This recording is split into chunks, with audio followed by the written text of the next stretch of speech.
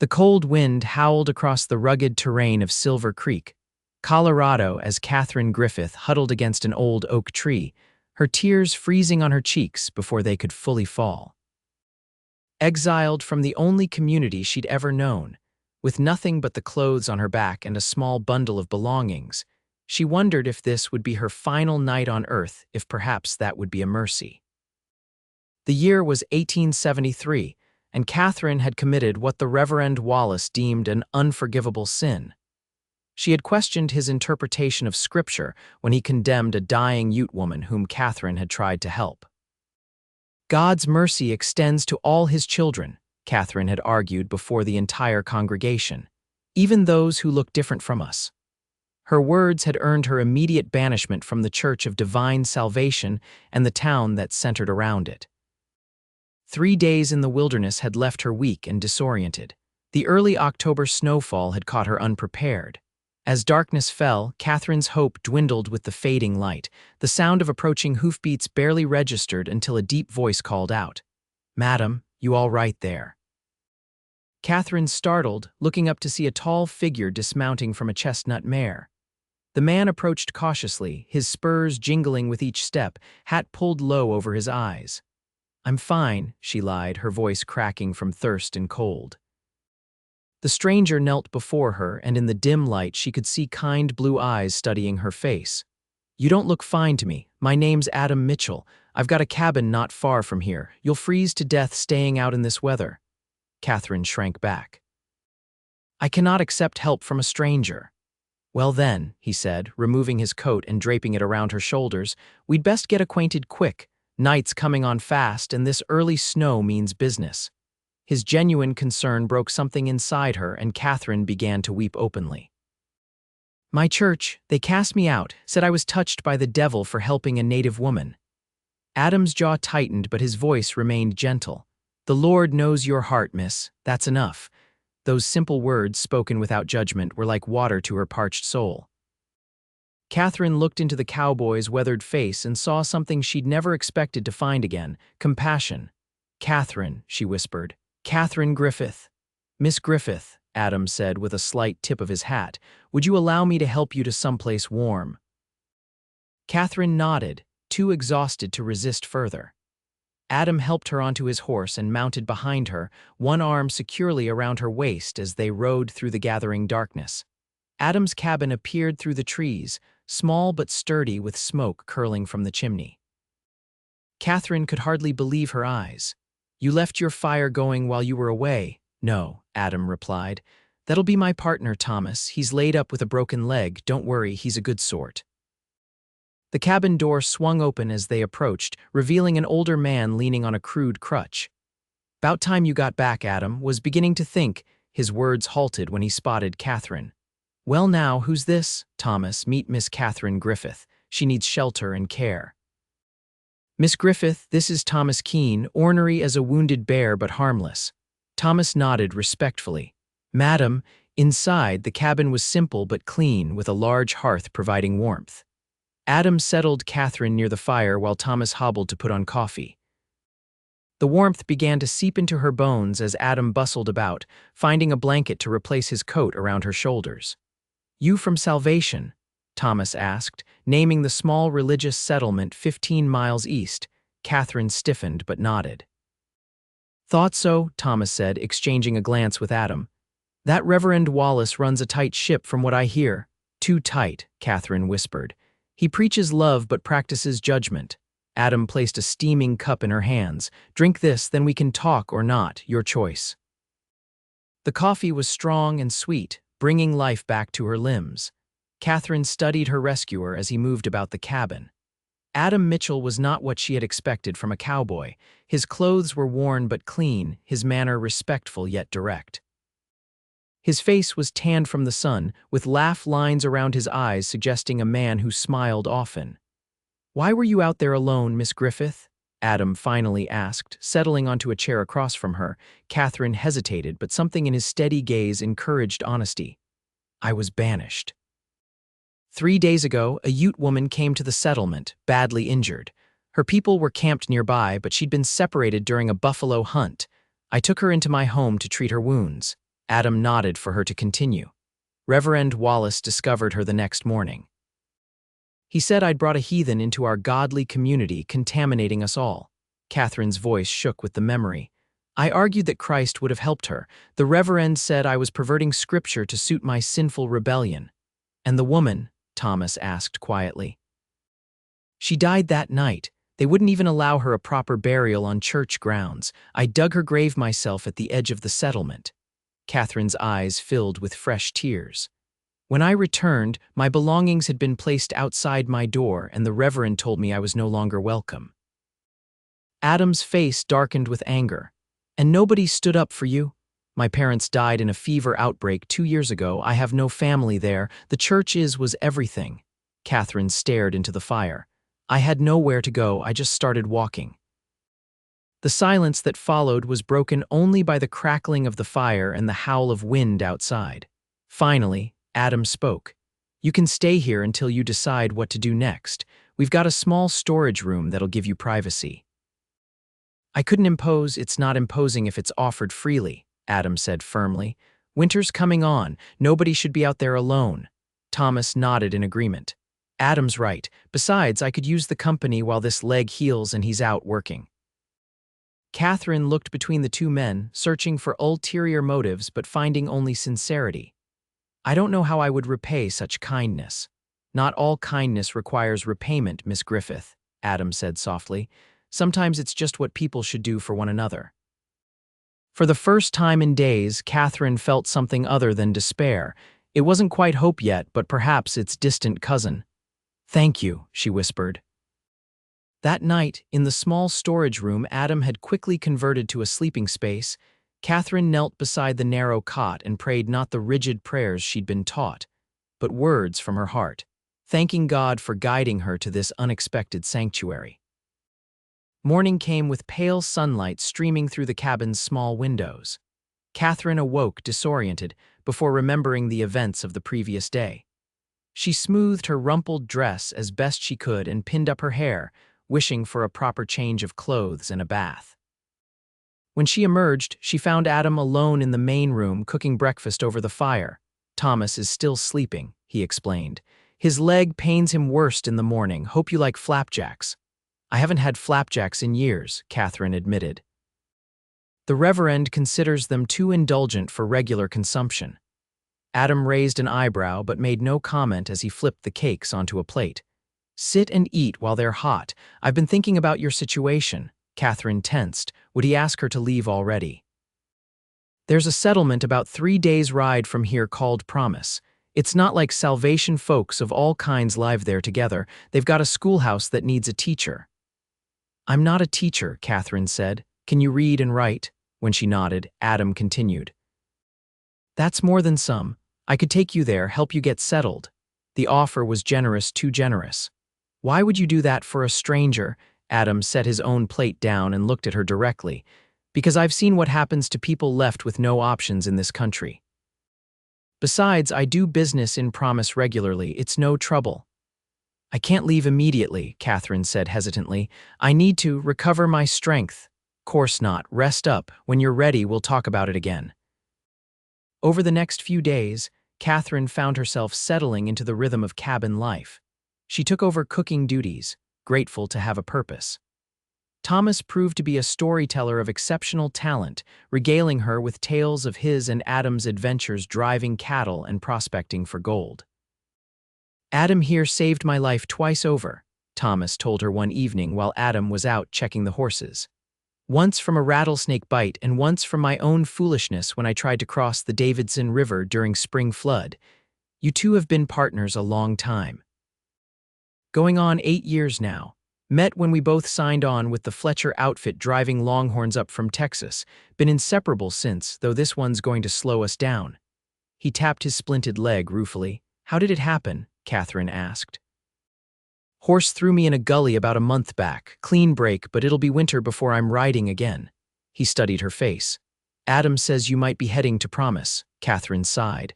I don't know what I'm doing. Everything I planned for my life is gone now. Maybe that's not such a bad thing, Thomas suggested gently. Seems to me you were living someone else's idea of a life. Before Catherine could respond, the door opened and Adam entered, bringing a blast of cold air and snowflakes with him. "Storm's getting worse," he announced, stamping his boots. "Might be snowed in for a day or two." Catherine felt a strange flutter in her stomach at the news. Being confined in the small cabin meant more time in Adam's company, something she found herself increasingly enjoying. That evening, as Thomas dozed by the fire, Adam pulled out a worn deck of cards. "Know how to play poker?" "The Reverend forbade cards as instruments of the devil," Catherine replied, unable to keep a hint of mischief from her voice. Adam grinned. "Well, we won't tell him then, I'll teach you." They played for beans instead of money, and Catherine proved a quick study. As Adam explained the rules, their hands occasionally touched across the rough table, sending unexpected warmth through her fingers. "You have a terrible poker face," Adam teased after winning another hand. "I can read every card you're holding right on your face." Catherine laughed, a sound that surprised her with its freedom. "I wasn't raised to be deceptive." "It's not deception, it's strategy," Adam corrected with a smile that crinkled the corners of his eyes. "Like life, sometimes you have to play the hand you're dealt, not the one you wish you had." "Is that what you do?" Catherine asked, suddenly curious about this man who had shown her such kindness. Adam's smile faded slightly. "Try to, doesn't always work out that way." "Tell me about your family," she prompted. Adam gathered the cards, his movements deliberate. "Not much to tell. Father was a farmer in Missouri. Mother died when I was young. Pa remarried, and his new wife didn't much care for reminders of the old one. Left home at 16, found work with cattle drives heading west. Been moving ever since. No home to return to. This is home," Adam said, gesturing around the cabin. "Me and Thomas, we put down roots here 4 years ago. It's enough." But Catherine could see something in his eyes that suggested it wasn't entirely enough, a loneliness she recognized, because it mirrored her own. The snowstorm lasted 3 days, during which the three of them settled into a comfortable routine.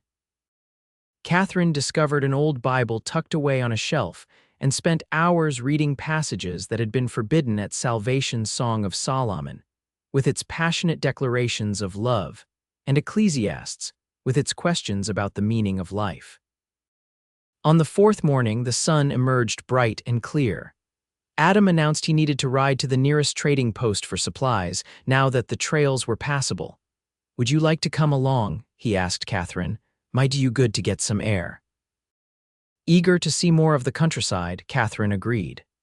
Adam helped her onto a gentle mare named Daisy, and they set off through the glistening snow-covered landscape. "It's beautiful," Catherine breathed, taking in the vast expanse of white-capped mountains against the brilliant blue sky. "Most beautiful country on God's earth," Adam agreed, watching her face light up with wonder. "Different from what you're used to in Salvation, we weren't encouraged to appreciate earthly beauty. Reverend Wallace said it distracted from heavenly contemplation." Adam shook his head. "Seems to me that a God who created all this would want us to admire his handiwork." The trading post was a ramshackle building nestled in a small valley. Several horses were hitched outside, and Catherine felt a surge of anxiety at the prospect of meeting strangers. "Stay close," Adam said, sensing her discomfort. "Harlow runs a decent establishment, but some of the customers can be rough." Inside, the post was crowded with trappers, miners, and a few native people Catherine guessed were Ute. She stayed near Adam as he conducted his business with Harlow, the proprietor. "Who's your friend, Mitchell?" Harlow asked, eyeing Catherine curiously. "Miss Griffith is staying with me and Thomas for a spell," Adam replied, his tone discouraging further questions. As they were preparing to leave, the door swung open and Catherine froze. Standing in the doorway was Deacon Mills from Salvation, one of Reverend Wallace's most devoted followers. His eyes widened in recognition. "Catherine Griffith, the Lord has led me to you," Adam stepped between them. "The lady's with me, friend." Deacon Mills looked Adam up and down with obvious distaste. "This woman has been cast out from our community for heresy and ungodly behavior. I have no quarrel with you, sir, but she must answer for her sins." Catherine found her voice. "I've done nothing wrong, Deacon. I helped someone in need as Christ commanded. You defied God's ordained authority," Mills hissed. "Reverend Wallace speaks for the Lord in our community." "No man speaks for the Lord except through his word," Catherine replied, surprising herself with her boldness. "And his word teaches compassion, not cruelty." The deacon's face reddened. "Your defiance proves your corruption. I'll inform Reverend Wallace that you continue in sin, living among." His gaze swept contemptuously over Adam. Heathens.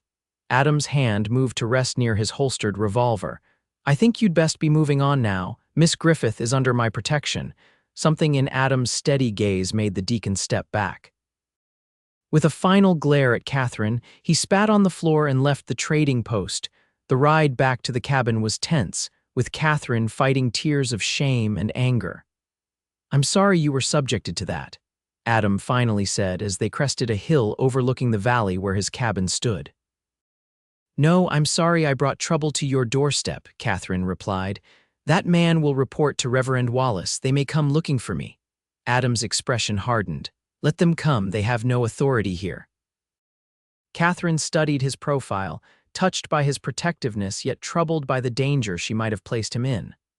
"Why are you doing this, Adam? Taking in a stranger, defending me against my own people?" Adam slowed his horse, turning to face her fully.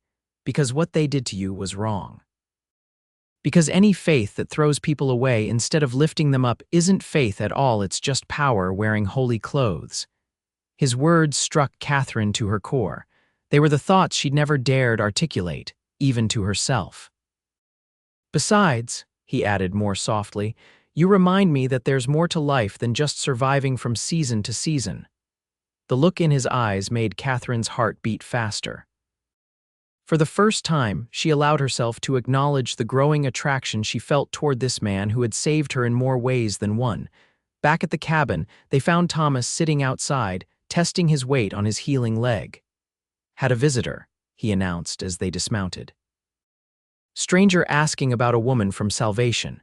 Didn't like the look of him, so I said I hadn't seen nobody." Adam's expression darkened. "Deacon Mills. We ran into him at Harlow's." That evening, after explaining the encounter to Thomas, they discussed Catherine's options. "I still think Promise would be safest," Adam said. "It's far enough that Wallace's influence won't reach and diverse enough that you'd be accepted regardless of your past. Or you could stay right here," Thomas suggested, ignoring the sharp look Adam gave him. "We could use a woman's touch around this place. Gets lonely with just the two of us old bachelors." Catherine looked between them, touched by the offer but uncertain. "I need to be able to support myself to build a life of my own making." "Nothing says you can't do that from here," Thomas persisted. "Adam's been talking about expanding the horse breeding operation. Place would be worth more with a proper garden, too." Adam cleared his throat. "Thomas, Miss Griffith doesn't need to feel obligated. It's not obligation I'm suggesting." Thomas interrupted with a meaningful look at his partner. An uncomfortable silence fell, broken only when Catherine stood abruptly. "I should check on the stew." Later, as Catherine prepared for bed, she overheard the men's voices from the main room. "You're sweet on her," Thomas was saying. "Don't bother denying it. It's not appropriate," Adam replied. "She's vulnerable, needs time to find her footing." "Life's short, Adam. Too short to deny the good things when they come along." Catherine pressed a hand to her chest, feeling her heart racing.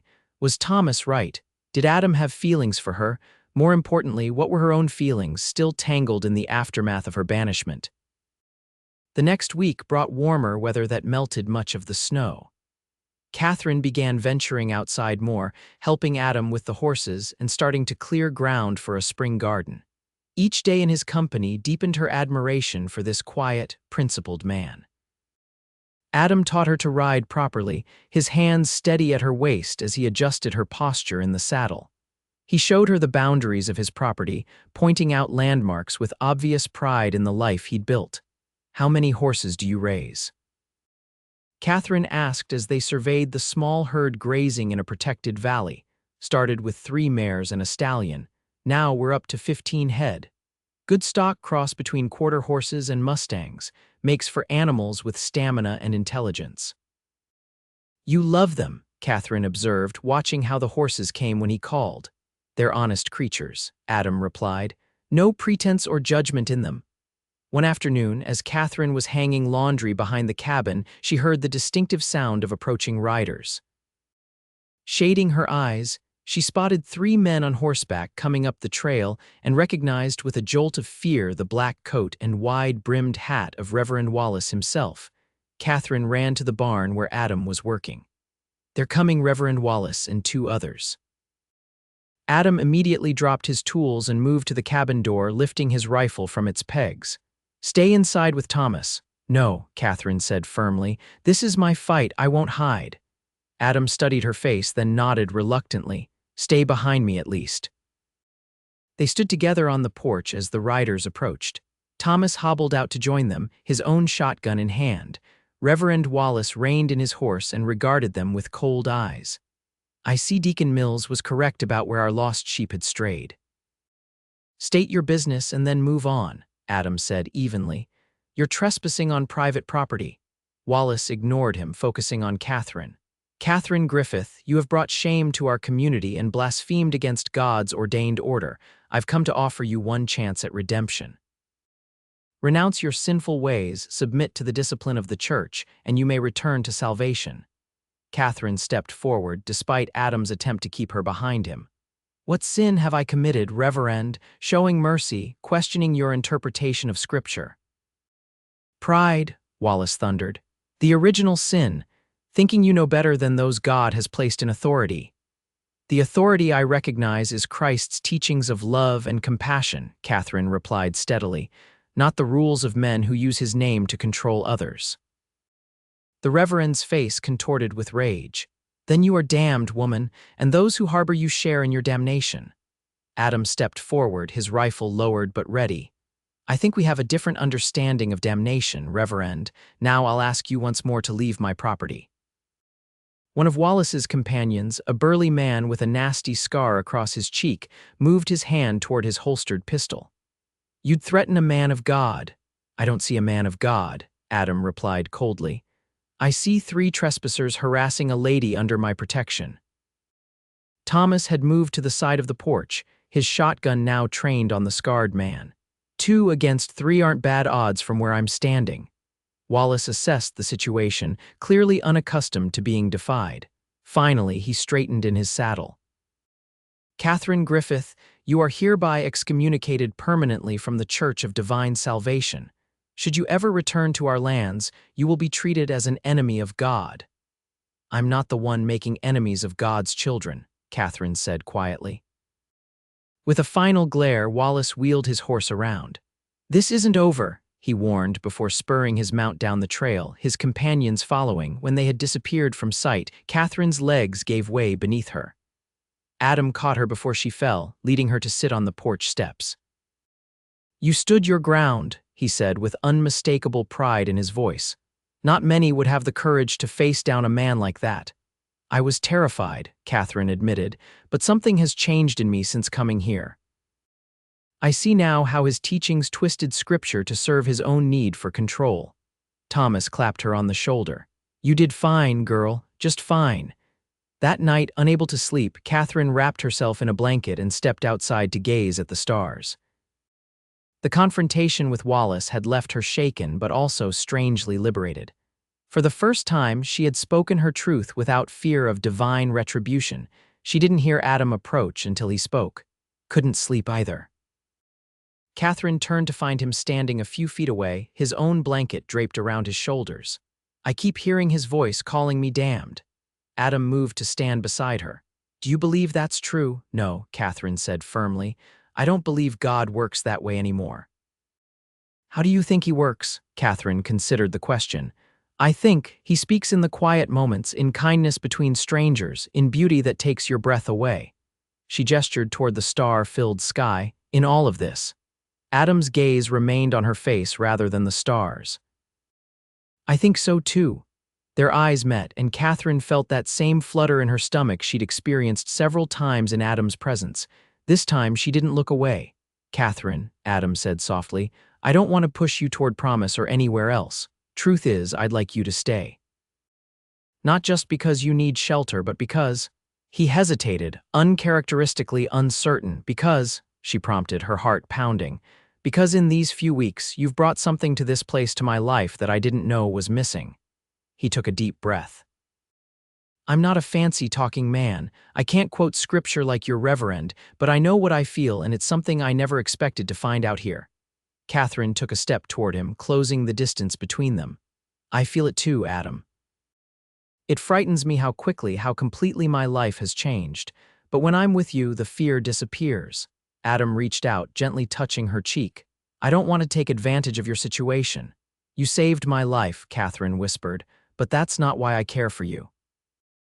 I care for you because you really saw me when I was invisible even to myself. In the starlight, Adam's eyes shone with emotion. Slowly, he bent his head and kissed her a gentle, questioning kiss that Catherine answered by wrapping her arms around his neck. When they finally parted, Adam rested his forehead against hers. Whatever happens with Wallace, with Promise, with anything, I'll stand beside you, that's my promise. I believe you, Catherine said, and for the first time in her life she felt truly, completely free. Spring arrived with a riot of wildflowers and new possibilities. Catherine had fully embraced life at the cabin, expanding the garden and helping Adam with the horses. Her relationship with Adam had deepened, though they maintained propriety out of mutual respect. Thomas watched their courtship with amused approval, often making himself scarce to give them time alone. His leg had healed well enough for light duties, and he'd begun talking about a trip to Promise to sell some of the yearling horses. You should both come along, he suggested one evening. Would do you good to see the town, Catherine, maybe meet some womenfolk. The idea of venturing beyond the safety of the cabin still made Catherine nervous, but she was determined not to let fear rule her life anymore. I'd like that, she agreed, and I should find work. I can't continue living off your charity forever. Adam looked up from the bridle he was mending. It's not charity, you more than earn your keep. Still, I want to contribute more, Catherine insisted. Perhaps I could sell preserves or find sewing work in Promise. Thomas and Adam exchanged glances. Actually, Adam said, I've been thinking about building a proper house. This cabin was fine for 2 bachelor cowboys, but what? Catherine asked. But if someone were thinking about putting down permanent roots here, starting a family, maybe we'd need more space. Catherine's heart skipped a beat at the implication of his words. Is someone thinking about that? I am, Adam said simply. Every day, Thomas cleared his throat loudly. Think I'll check on that mare about to foal, he announced, grabbing his hat and limping out despite the darkness. Alone with Adam, Catherine felt a rush of emotions. Are you asking me something, Adam Mitchell? Adam set aside the bridle and moved to kneel before her chair. I'm asking if you could see a future here. With me, as my wife, Catherine's eyes filled with tears. You want to marry me more than I've ever wanted anything, Adam confessed. I love you, Catherine. Your strength, your kindness, the way you question everything instead of just accepting what you're told. I want to build a life with you if you'll have me. Catherine took his hands in hers. When I was cast out of salvation, I thought God had abandoned me. Now I see he was leading me where I needed to be all along. She squeezed his fingers. Yes, Adam, I will marry you. The trip to Promise took place 2 weeks later. Catherine was nervous about entering a new community, but Adam assured her that Promise was nothing like salvation. Folks there come from everywhere, former slaves, immigrants, people looking for fresh starts. They judge you on what you do, not what you believe. Promise proved to be exactly as Adam described, a bustling town where different languages could be heard on the streets, and the small church welcomed people of various denominations. Catherine was introduced to several women who quickly made her feel welcome, particularly the blacksmith's wife, Eleanor, who invited her to a quilting circle. We meet every Wednesday, Eleanor explained. It's as much for talking as sewing, truth be told. Catherine found herself enjoying the easy camaraderie of women after months in the company of only Adam and Thomas. She also discovered that her preserves and needlework were in high demand, with several women placing orders before she'd even departed. While Thomas conducted business with the horse trader, Adam took Catherine to meet the town's preacher, a gentle-eyed man named Reverend Simmons. Adam tells me you two wish to be married, Simmons said, inviting them into his modest home. Catherine tensed, expecting questions about her past or her worthiness. Instead, the preacher simply asked about their plans for the future and their understanding of marriage's commitments. "I believe God brings people together for a purpose," Simmons said when they had finished explaining. "And it seems clear to me that you two were meant to find each other. I'd be honored to perform the ceremony whenever you're ready." Tears sprang to Catherine's eyes at the simple acceptance. "Thank you, Reverend." On their final day in Promise, while purchasing supplies for the journey home, Catherine was approached by a well-dressed woman she recognized as Mrs. Porter, the mayor's wife. "Miss Griffith, I understand you have experience teaching," Catherine hesitated. "I've taught Sunday school, but I'm not a trained teacher." "But you can read, write, and cipher." When Catherine nodded, Mrs. Porter continued, "Our school teacher, Mrs. Abernathy, is expecting her third child and will need someone to take over her duties for a few months this autumn. The position comes with a small salary and housing." "I'm flattered by the offer," Catherine said sincerely, "but I'm to be married soon. My home will be with my husband at his ranch." Mrs. Porter smiled. "The offer stands if you change your mind. Or perhaps you might consider riding in 2 days a week. We have 15 children in desperate need of education." Catherine glanced at Adam, who had been listening nearby. He nodded encouragingly. "I think that could work," she told Mrs. Porter. "Let me discuss it with my fiancé." On the journey back to the cabin, Catherine's mind was filled with possibilities. 2 days teaching in Promise each week would provide us with steady income, she told Adam excitedly. "And I could sell my preserves and needlework while I'm there." Adam smiled at her enthusiasm. "If it's what you want, we'll make it work. Thomas and I could take turns escorting you until the trail becomes familiar." "What about Reverend Wallace?" Catherine asked, the thought suddenly dampening her spirits.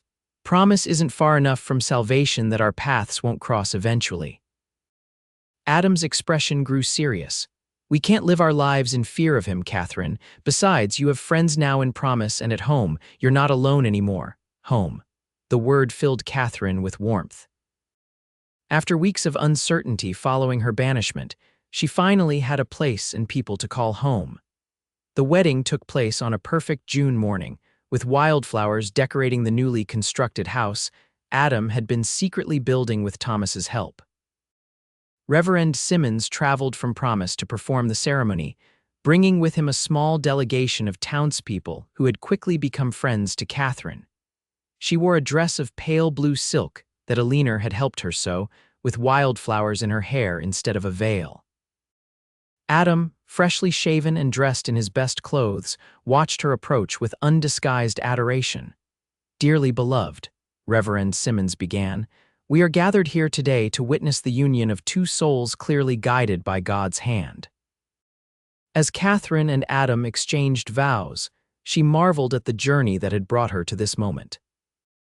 From the rigid confines of salvation to the open freedom of love based on acceptance rather than judgment, it was more than she could have imagined when she huddled, freezing and alone, beneath that oak tree months ago. "I now pronounce you husband and wife," Simmons declared. "What God has joined together, let no man put asunder." Adam kissed her with a tenderness that promised a lifetime of care, and the small gathering erupted in cheers. The celebration continued into the evening, with music provided by a fiddler from Promise and dancing in the yard of their new home.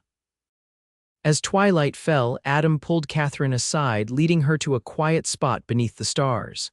"Happy, Mrs. Mitchell?" he asked, drawing her into his arms. "More than I knew was possible," she answered truthfully. "I never expected to find this kind of love, nor did I," Adam admitted. "I thought my life was set me and Thomas, the horses, this land. Now I can't imagine it without you." Catherine rested her head against his chest, listening to the steady beat of his heart. "Remember what you said to me that first night, the Lord knows your heart. That's enough." "I meant it then and I mean it now," Adam said, tilting her chin up to look into her eyes. "Whatever comes, we face it together with clear hearts and open eyes." "Together," Catherine agreed, sealing the promise with a kiss. Autumn found Catherine dividing her time between teaching in Promise 2 days a week and helping Adam expand their horse breeding operation. Their reputation for quality animals had spread, bringing buyers from as far as Denver.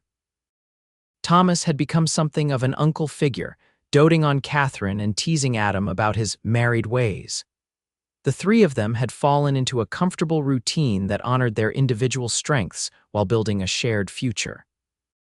On a crisp October day, almost exactly a year after Adam had found Catherine beneath the oak tree, she made a discovery that would change their lives once more. "Adam," she said that evening as they sat before the fireplace in their home, "I have news." Her husband looked up from his book, concern crossing his features at her serious tone. "Everything all right," Catherine took his hand and placed it gently on her stomach.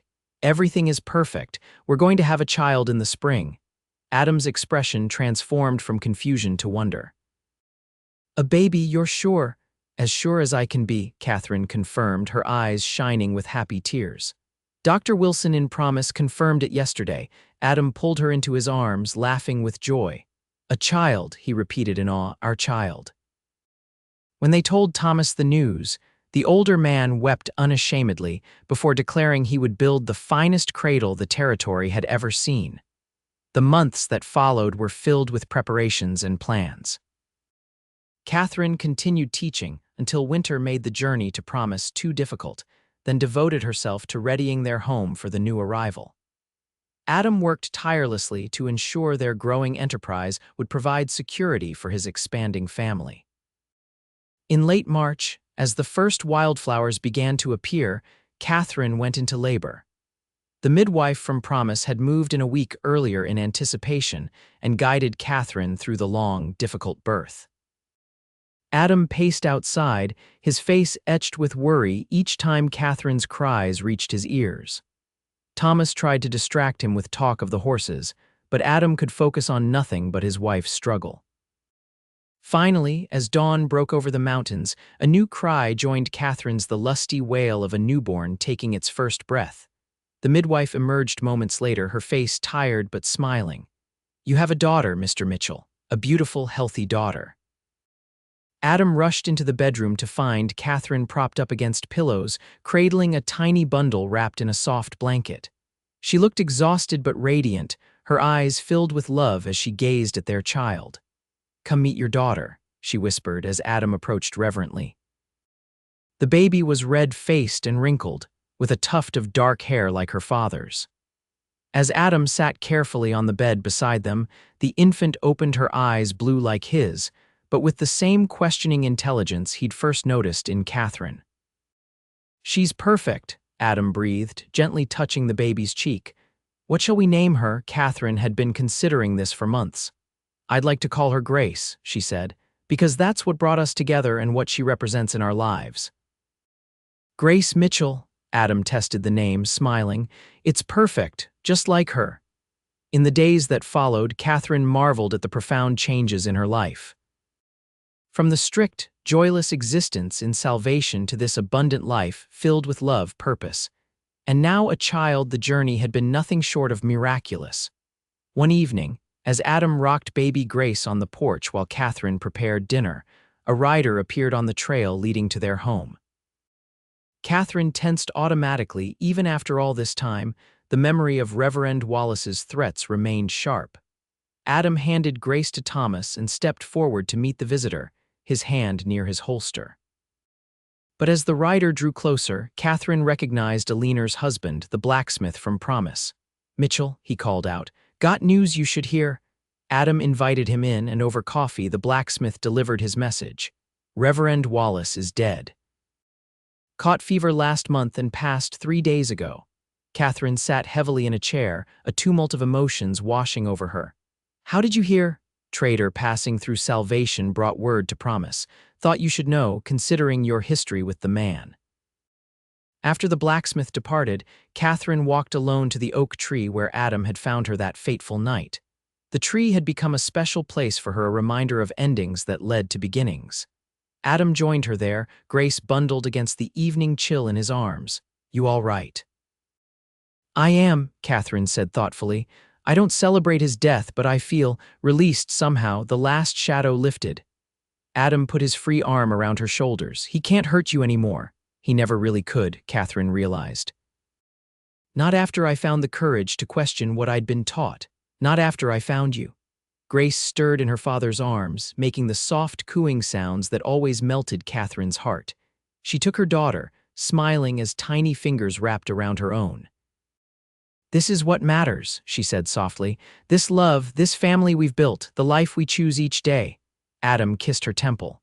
"The Lord knows your heart," he reminded her, repeating the words that had first given her hope in her darkest moment.